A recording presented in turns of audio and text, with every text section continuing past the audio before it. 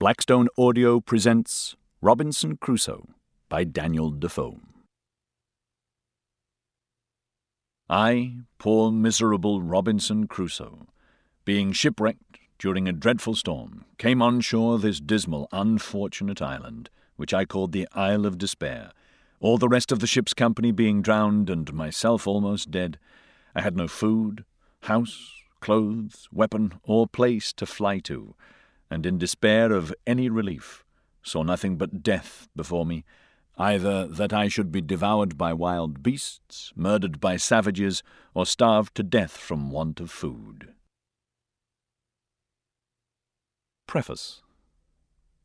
If ever the story of any private man's adventures in the world were worth making public, and were acceptable when published, the editor of this account thinks this will be so. The wonders of this man's life exceed all that he thinks is to be found extant, the life of one man being scarce capable of a greater variety. The story is told with modesty, with seriousness, and with a religious application of events to the uses to which wise men always apply them, viz., to the instruction of others by this example, and to justify and honour the wisdom of Providence in all the variety of our circumstances, let them happen how they will. The editor believes the thing to be a just history of fact, neither is there any appearance of fiction in it, and, however, thinks, because all such things are disputed, that the improvement of it, as well to the diversion as to the instruction of the reader, will be the same, and as such, he thinks, without further compliment to the world, he does them a great service in the publication. I go to sea. I was born in the year 1632 in the city of York, of a good family, though not of that country, my father being a foreigner of Bremen, who settled first at Hull. He got a good estate by merchandise, and, leaving off his trade, lived afterward at York, from whence he had married my mother, whose relations were named Robinson, a very good family in that country, and from whom I was called Robinson Kreuznach. But by the usual corruption of words in England, we are now called, nay, we call ourselves, and write our name Crusoe, and so my companions always called me. I had two elder brothers, one of which was lieutenant-colonel to an English regiment of foot in Flanders, formerly commanded by the famous Colonel Lockhart, and was killed at the battle near Dunkirk against the Spaniards. What became of my second brother I never knew, any more than my father or mother did know what was become of me. Being the third son of the family, and not bred to any trade, my head began to be filled very early with rambling thoughts. My father, who was very ancient, had given me a competent share of learning, as far as house education and a country free school generally goes, and designed me for the law. But I would be satisfied with nothing but going to sea, and my inclination to this led me so strongly against the will, nay, the commands of my father, and against all the entreaties and persuasions of my mother and other friends, that there seemed to be something fatal in that propension of nature tending directly to the life of misery which was to befall me. My father, a wise and grave man, gave me serious and excellent counsel against what he foresaw was my design.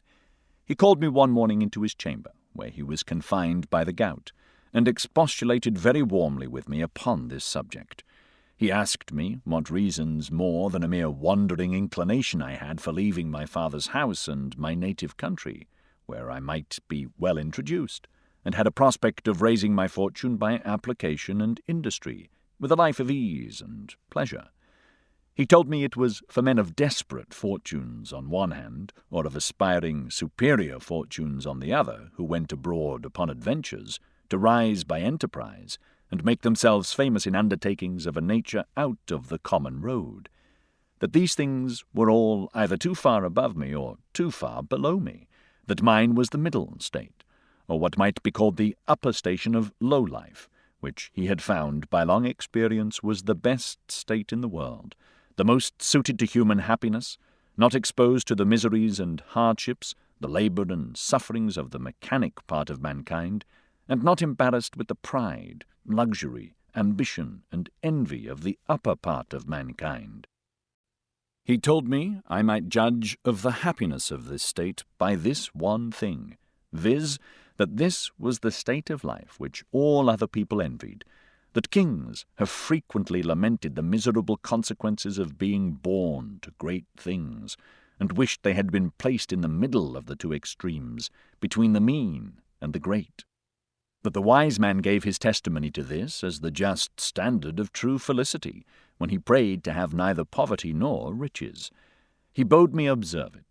and I should always find that the calamities of life were shared among the upper and lower part of mankind,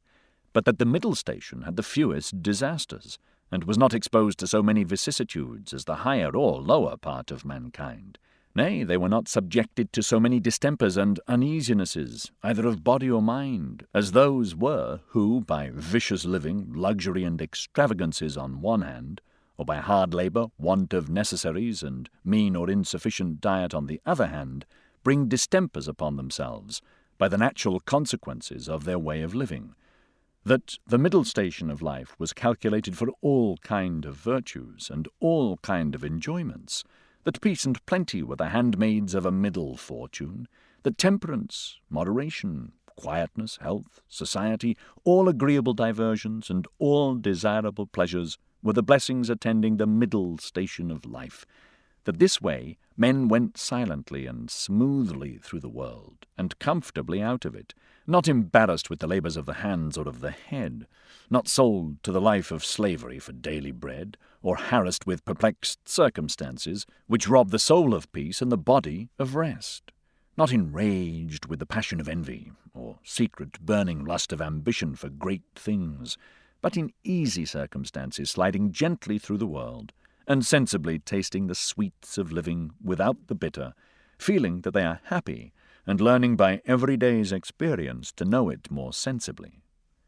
After this, he pressed me earnestly and in the most affectionate manner not to play the young man, nor to precipitate myself into miseries which nature and the station of life I was born in seemed to have provided against, that I was under no necessity of seeking my bread, that he would do well for me and endeavour to enter me fairly into the station of life which he had been just recommending to me, and that if I was not very easy and happy in the world, it must be my mere fate or fault that must hinder it, and that he should have nothing to answer for, having thus discharged his duty in warning me against measures which he knew would be to my hurt. In a word, that as he would do very kind things for me if I would stay and settle at home as he directed, so he would not have so much hand in my misfortunes as to give me any encouragement to go away. And to close all, he told me, I had my elder brother for an example, to whom he had used the same earnest persuasions to keep him from going into the Low Country wars, but could not prevail, his young desires prompting him to run into the army, where he was killed. And though he said he would not cease to pray for me, yet he would venture to say to me that if I did take this foolish step, God would not bless me, and I would have leisure hereafter to reflect upon having neglected his counsel, when there might be none to assist in my recovery. I observed, in this last part of his discourse, which was truly prophetic, though I suppose my father did not know it to be so himself, I say I observed the tears run down his face very plentifully, especially when he spoke of my brother who was killed, and that when he spoke of my having leisure to repent, and none to assist me, he was so moved that he broke off the discourse, and told me his heart was so full he could say no more to me. I was sincerely affected with this discourse, as indeed who could be otherwise, and I resolved not to think of going abroad any more, but to settle at home according to my father's desire. But alas, a few days wore it all off, and in short, to prevent any of my father's further importunities, in a few weeks after I resolved to run quite away from him. However, I did not act so hastily neither as my first heat of resolution prompted, but I took my mother, at a time when I thought her a little pleasanter than ordinary, and told her that my thoughts were so entirely bent upon seeing the world, that I should never settle to anything with resolution enough to go through with it, and my father had better give me his consent than force me to go without it, that I was now 18 years old, which was too late to go apprentice to a trade, or clerk to an attorney, that I was sure, if I did, I should never serve out my time, and I should certainly run away from my master before my time was out and go to sea, and if she would speak to my father to let me go one voyage abroad, if I came home again and did not like it, I would go no more, and I would promise by a double diligence to recover that time I had lost. This put my mother into a great passion. She told me she knew it would be to no purpose to speak to my father upon any such subject, that he knew too well what was my interest to give his consent to anything so much for my hurt, and that she wondered how I could think of any such thing after such a discourse as I had had with my father, and such kind and tender expressions as she knew my father had used to me, and that, in short, if I would ruin myself, there was no help for me, but I might depend I should never have their consent to it, that, for her part, she would not have so much hand in my destruction, and I should never have it to say that my mother was willing when my father was not. Though my mother refused to move it to my father, yet, as I have heard afterwards, she reported all the discourse to him, and that my father, after showing a great concern at it, said to her with a sigh, "That boy might be happy if he would stay at home, but if he goes abroad, he will be the most miserable wretch that was ever born. I can give no consent to it." It was not till almost a year after this that I broke loose, though in the meantime I continued obstinately deaf to all proposals of settling to business, and frequently expostulating with my father and mother about their being so positively determined against what they knew my inclinations prompted me to. But being one day at Hull, where I went casually and without any purpose of making an elopement that time, but I say being there, and one of my companions being going to sea to London in his father's ship, and prompting me to go with them, with the common allurement of seafaring men, viz., that it should cost me nothing for my passage, I consulted neither father or mother any more, nor so much as sent them word of it, but leaving them to hear of it as they might, without asking God's blessing or my father's, without any consideration of circumstances or consequences, and in an ill hour, God knows, on the 1st of September 1651, I went on board a ship bound for London. Never any young adventurer's misfortunes, I believe, began sooner or continued longer than mine. The ship was no sooner gotten out of the Humber, but the wind began to blow, and the sea to rise in a most frightful manner, and as I had never been at sea before, I was most inexpressibly sick in body and terrified in mind. I began now seriously to reflect upon what I had done, and how justly I was overtaken by the judgment of heaven for my wicked leaving my father's house and abandoning my duty. All the good counsel of my parents, my father's tears, and my mother's entreaties came now fresh into my mind and my conscience, which was not yet come to the pitch of hardness to which it has been since, reproached me with the contempt of advice and the breach of my duty to God and my father. All this while the storm increased, and the sea, which I had never been upon before, went very high, though nothing like what I have seen many times since, no, nor like what I saw a few days after, but it was enough to affect me then, who was but a young sailor and had never known anything of the matter. I expected every wave would have swallowed us up, and that every time the ship fell down, as I thought in the trough or hollow of the sea, we should never rise more. And in this agony of mind I made many vows and resolutions, that if it would please God here to spare my life this one voyage, if ever I got once my foot upon dry land again, I would go directly home to my father, and never set into a ship again while I lived, that I would take his advice, and never run myself into such miseries as these any more.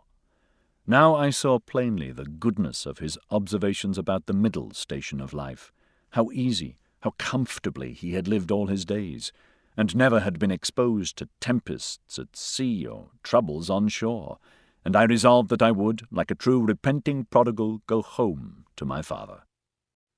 These wise and sober thoughts continued all the while the storm continued, and indeed some time after. But the next day the wind was abated and the sea calmer, and I began to be a little inured to it. However, I was very grave for all that day, being also a little seasick still. But towards night the weather cleared up, the wind was quite over, and a charming fine evening followed. The sun went down perfectly clear, and rose so the next morning, and having little or no wind and a smooth sea, the sun